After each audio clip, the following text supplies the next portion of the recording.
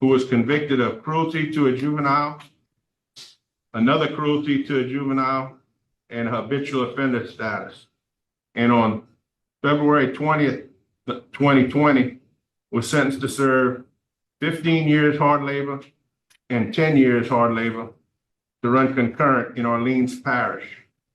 Your parole eligibility date is 2/2020. Your good time date is not applicable due to the charge. And your full-time date is November 26, 2030.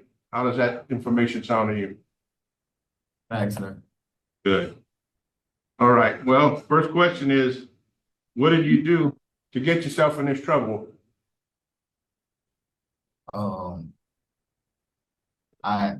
I was angry at the time. I didn't tell nobody, the police. I didn't tell nobody. I was strung out on X-pills real bad.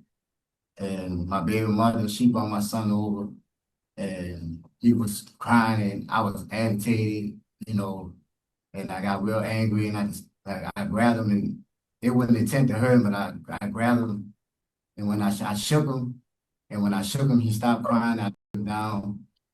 And when I laid him down, I noticed he was throwing up and stuff like that. So, you know, I picked him up again. I walked around the house with him. You know, he seemed fine. So I laid him back down the next day. My baby mama came. She came and got him.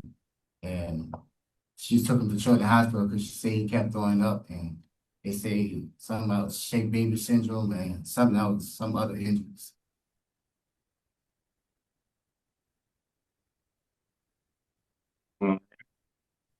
Why do you think now is a good time to release you? 10 years ago, I was messed up 10 years ago. I had a real bad anger problem, temper problem. I didn't want nobody to tell me nothing. You know, now I feel like I'm in a better place. I took anger management classes. That class helped me out a lot. Express myself more than to act out in anger. I feel like I'm a 100% better person than I was 10 years ago.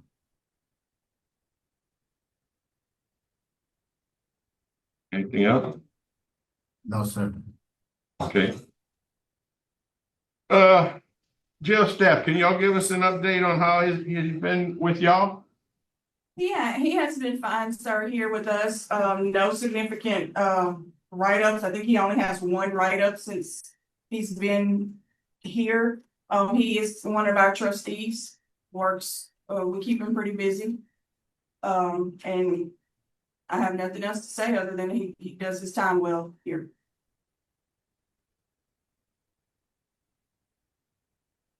Looking at the support and opposition today, we have no one that wants to speak in support here, but we do have some people to speak in opposition.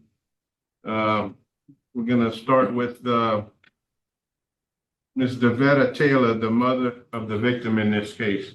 Would you please go to the podium and tell us what you have to say regarding? Starnation. The letter should be on Zoom. Okay. We'll still start with Ms. Devetta, but she's on. Yes, I'm here. All right, this is your chance, opportunity to talk to the parole board and tell us what you have to say about this case. Good morning, first of all. I'm against it because still to this day, he still haven't acknowledged nothing when it comes to my son.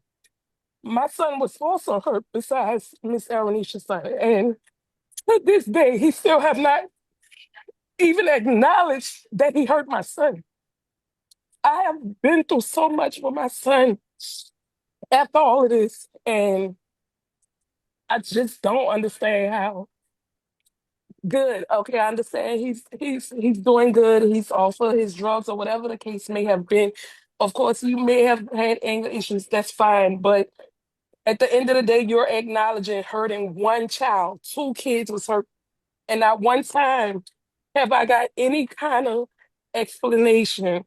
Not one time that I have to go to the hospital because of my son with his epilepsy or anything else concerning his injuries due to what he's done to my child. I have to deal with that for the rest of my son life. And still I have nothing. No apology, no acknowledgement, no nothing. So no, I don't feel like he learned his lesson. Yes, he acknowledged doing something to one child, but it's two kids that's involved. And I don't feel like he's changed. You still can't acknowledge what you've done. So no, I don't. I'm not. No, I will not support him getting out. No, I don't. Thank you. All right, we have Miss Ornisha Riddler. Hopefully I got that right. Also a victim in this case, who's gonna speak.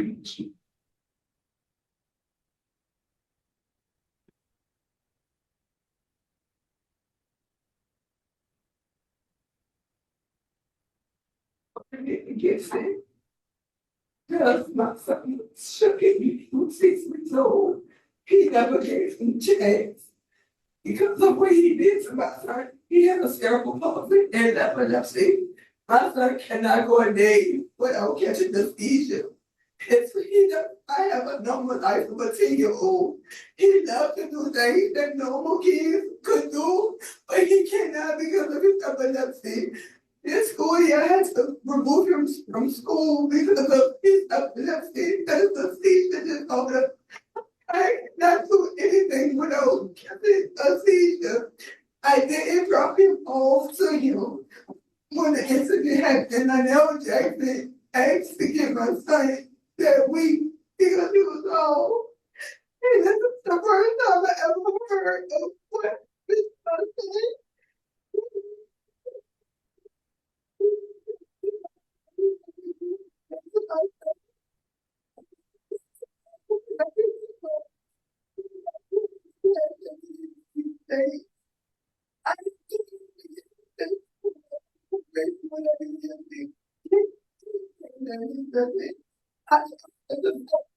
It's like I would like him to continue the rest of his incarcerated and be punished for what he did to our kids. Lesson is not learned, like she said, she took anger management, and I never knew Lionel Jackson was on pills. I never seen the pill. I never even seen a pill from my house. I never seen them take pills. So the no day all this was going on, I never would have even dealt with a man like this. There's no even laid down as a child with a man like this. I'm totally against it. A guy has to get Botox in his legs because he has several parts on the right side of his body, affects his right side of his body. He gets Botox. He's on 5 different medications. We think about doing a brain surgery because his seizures is not regulated. He don't have a normal life because his seizures, he can't go a minute without catching his seizures. He has 4 seizures in the daytime. Because of the way he did to my child was born a whole month early and no problems. From 6 weeks, that's what happened to my son. He didn't even give him a chance. And a guy who a chance at a normal life. There is no thing to say. Thank you. We also have Chazidi Dauphine, who. No. Not speaking. All right. All right. We do have opposition from the Attorney General's office and the Chief of Police. The Orleans Sheriff's Office has a no comment policy.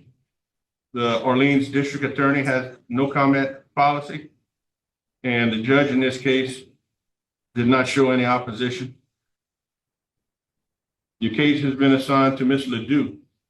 So we're gonna let her begin the questioning and she'll be casting the first vote. Mr. Jackson, how many children do you have? 2. 2? Okay. I think your master prison record must be wrong.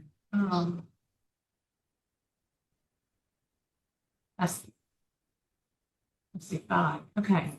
How many counts of shaken baby or cruelty to juveniles have you had?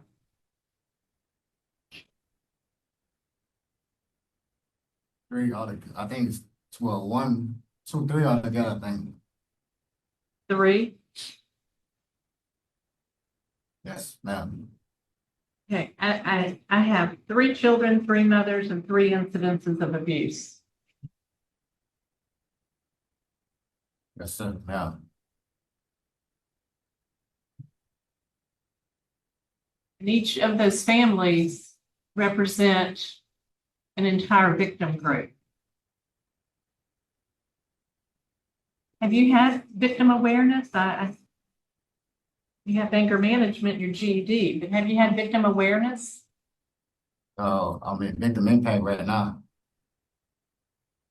You're in what? I'm currently enrolled in victim impact. Yeah, oh, great. Great.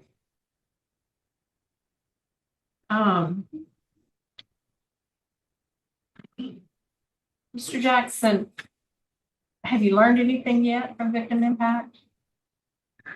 Yes, I learned that for my actions, a lot of people got hurt. It's not that I'm not sorry. I apologize to everything I did to all them children. I'm not proud of it. No, I'm sadly distraught with it. Like I just was in a bad place, and I didn't tell nobody because I was ashamed to tell anybody what my addiction was. So I just kept it away from everybody. I didn't bring them to the house. When I went to work, I kept the pills at work.